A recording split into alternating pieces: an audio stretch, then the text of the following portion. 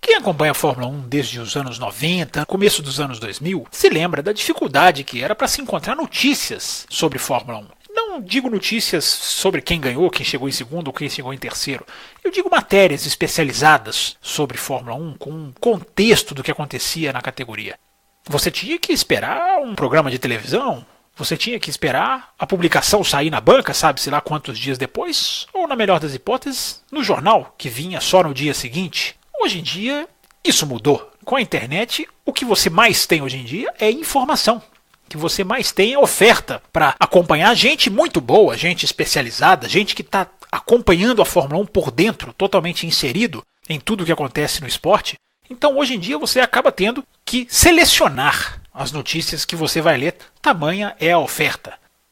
Mas na medida em que a informação ficou muito mais fácil de ser alcançada pelo fã de Fórmula 1, há uma contrapartida. Hoje tem algo que anda faltando, ficando cada vez mais raro, cada vez mais escasso, que é a opinião, a análise crítica da Fórmula 1. A Fórmula 1 não é um esporte perfeito, não existe um esporte perfeito. A Fórmula 1 tem defeitos, como tantos outros campeonatos, mas há uma falta de quem indique os defeitos da categoria. Hoje em dia há muitos relatos do problema e poucas opiniões sobre o problema. Opinião no jornalismo é quase tão importante quanto a informação. A informação, é claro, é fundamental e hoje ela existe em alta profusão. Mas a opinião é importante para formar um público que entende o esporte por completo, que sabe analisar o que há de bom e o que há de ruim e que consegue antever quando a categoria está indo para um caminho certo ou errado.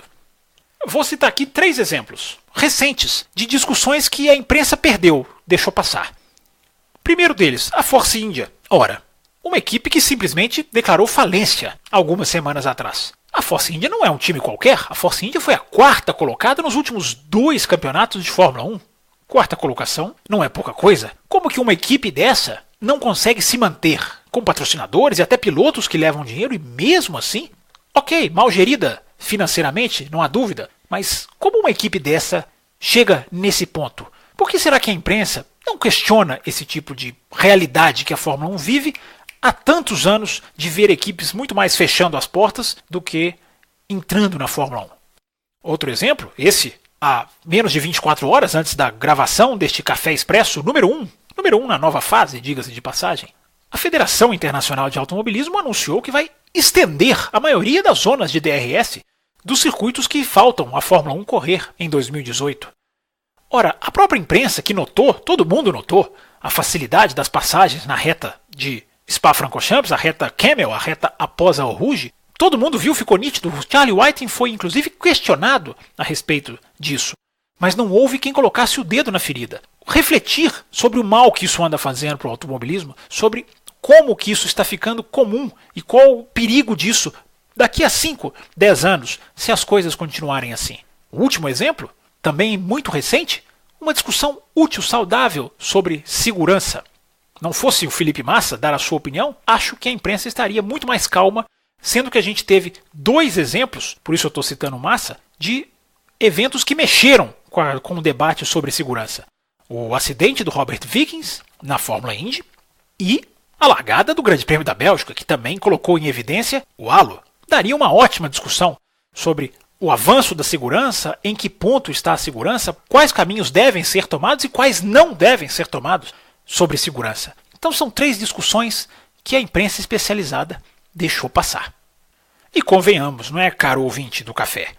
Numa era em que todo mundo tem as suas redes sociais, numa era em que é facílimo de se criar um blog, até mesmo se fazer um podcast, opinião embasada de quem tem fundamentos para fazer uma crítica é algo cada vez mais em falta no automobilismo e especificamente na Fórmula 1, que será objeto de debate sempre aqui, não só no Café com Velocidade, mas também agora no Café Expresso.